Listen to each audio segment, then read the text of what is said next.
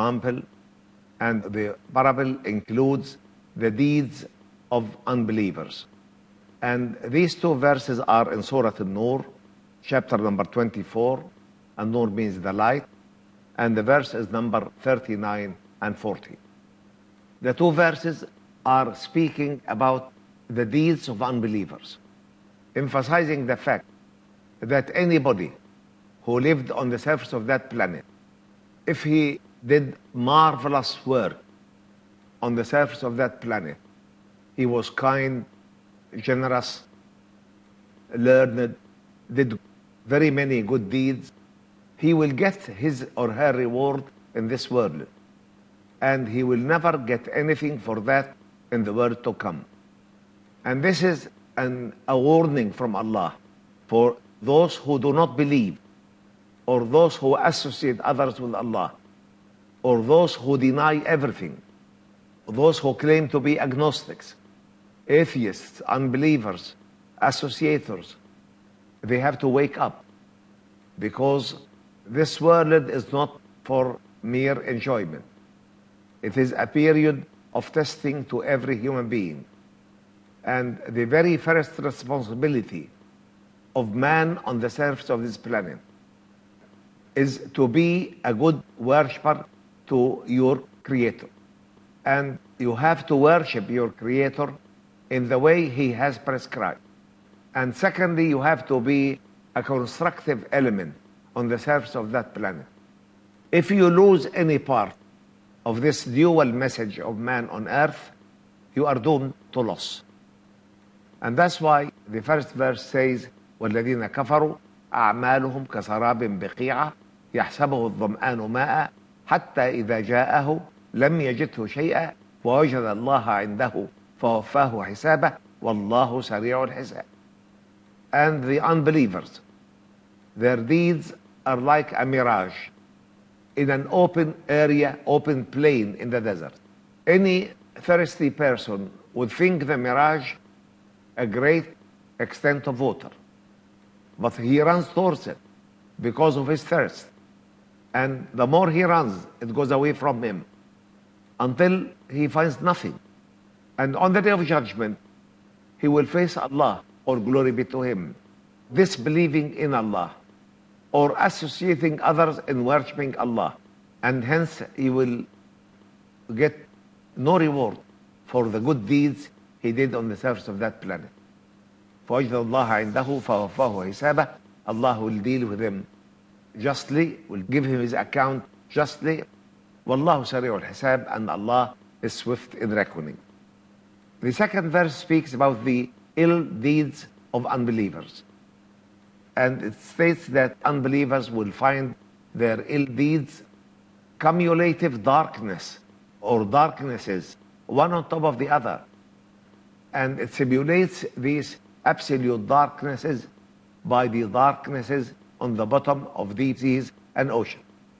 And only very recently, scientists came to discover that deep, highly turbid oceans and seas are actually buried in absolute darkness. Nothing of light can reach these depths. And when they started to analyze the reason of this darkness, they found that clouds play the very first role in producing this darkness. Because clouds reflect and spill away, extend away 49% of the solar heat. So only 51% reaches the Earth's surface. Once this reaches the surface of seas and oceans, 41% of that heat is consumed in evaporating water and is reflected by surface currents. And surface currents can be produced either by wind, call it wind-driven currents, or by tidal action, call them tidal currents. And nobody, until probably the middle part of the 20th century, could believe that there could be any waves inside the water mass. Who would cause it? What would cause it? There is no wind there. There is no tidal action there. So to try to explain the fact that these darknesses are caused by waves, overlying waves, a multitude of overlying darkness, one above the other. The verse says, or is the like of the darkness in a vast, deep, turbid sea, overwhelmed with waves, topped by other waves. So nobody could think that there can be waves within the body of the water. So they said probably it means that the surface waves can overlie each other. But only towards the middle of the 20th century, marine scientists came to realize that there are internal waves within the body of water. And these internal waves play the lastest role in causing the absolute darkness of the bottoms of oceans and seas. So we could, in the 20th century, realize that the first cause of darkness are clouds. The second cause are the surface waves.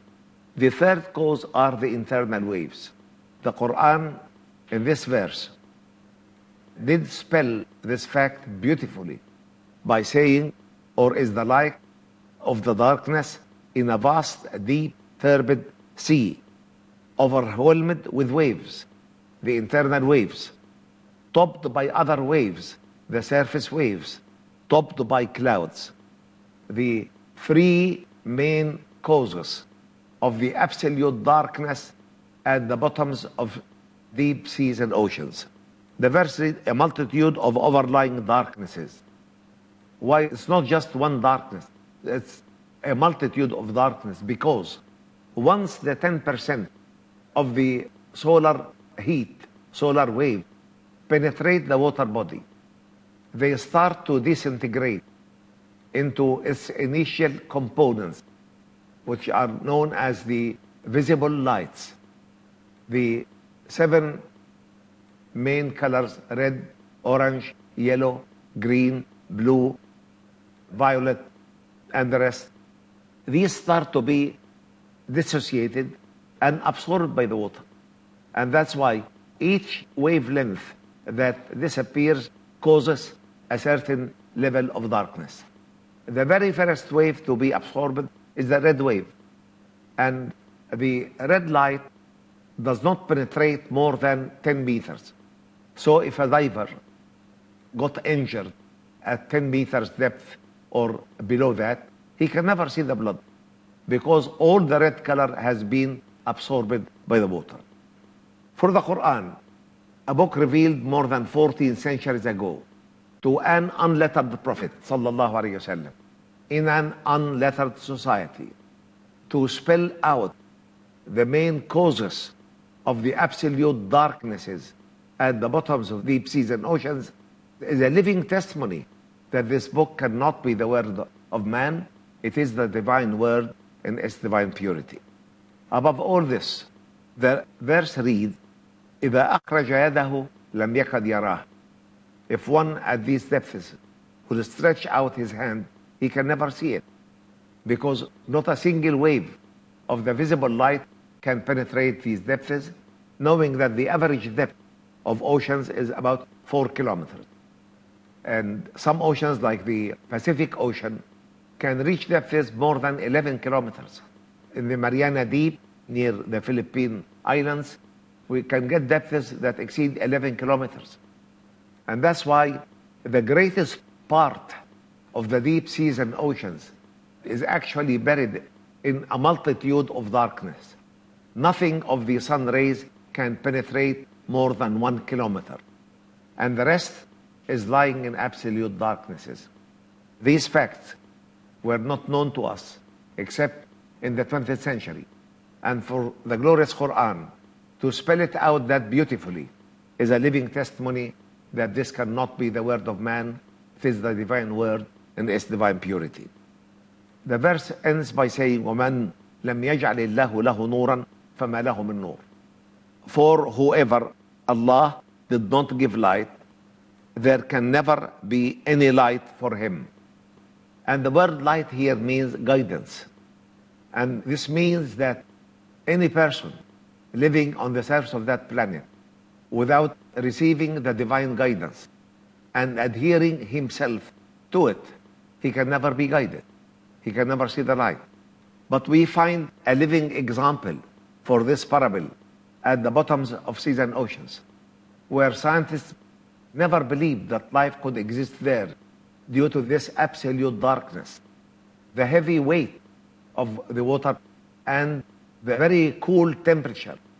But when they went down, they found different forms of life living at these great depths, and Allah has provided each of these life forms by a special means of lighting the way for itself. An enzyme and a certain gland producing a certain chemical compound, it mixes, it lights the way to it. And look at the beauty of this parable. Any person living on the surface of the ground without adhering himself or herself to the divine guidance, he can never see the light. He can never be guided. And in the same way, these animals living in the great darknesses of the bottoms of oceans and seas, unless Allah has given each one of them a special way of lighting called bioluminescence, it could have never existed. And I think we are coming to a short break, and until we meet, I leave you in peace, and thank you for listening, and greet you in our Islamic way. Assalamu alaikum wa rahmatullahi wa barakatuh.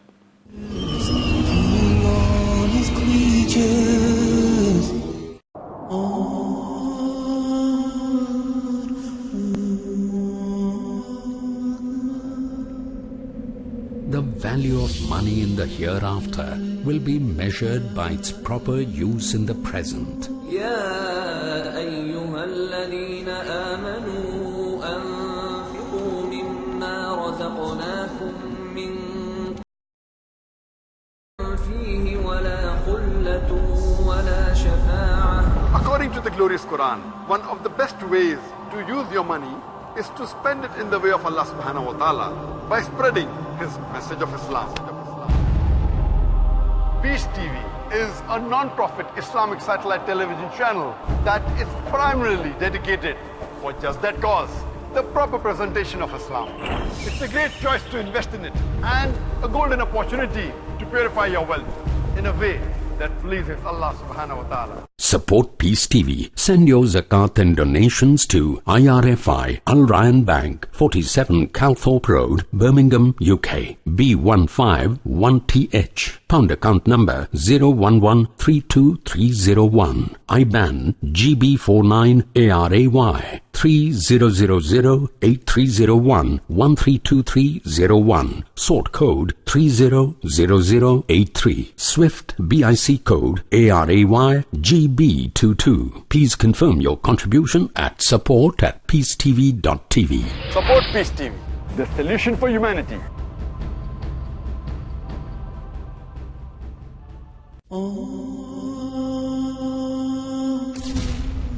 We are not addicted to dawah. Addiction implies a short-term fix. One doesn't need to get into the zone to talk about Islam. You do dawah because it is a natural result of your commitment to Allah. If you don't talk, people are going to walk.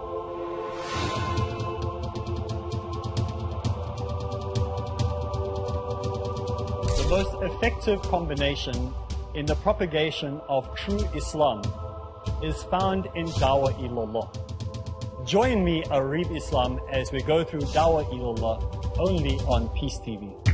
Follow the tips to make the task of Dawah result-oriented in Dawah Ilallah tomorrow at 11:30 p.m. and repeat telecast at 6 a.m. UK on Peace TV.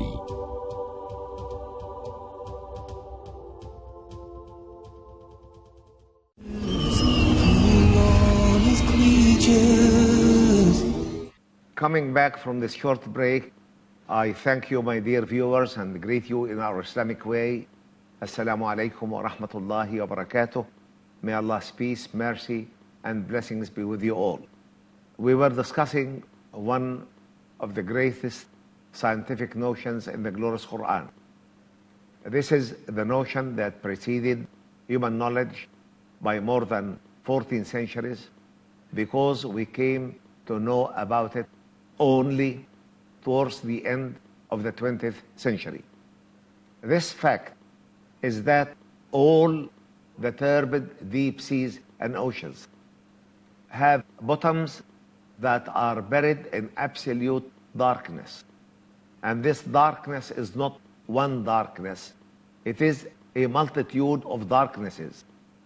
And scientists, when they started to investigate this problem, realized that the very first reason for producing such darkness at the bottoms of seas and oceans, they found clouds. Because clouds reflect and distract about 49% of the solar rays, and only 51% reaches the Earth's surface.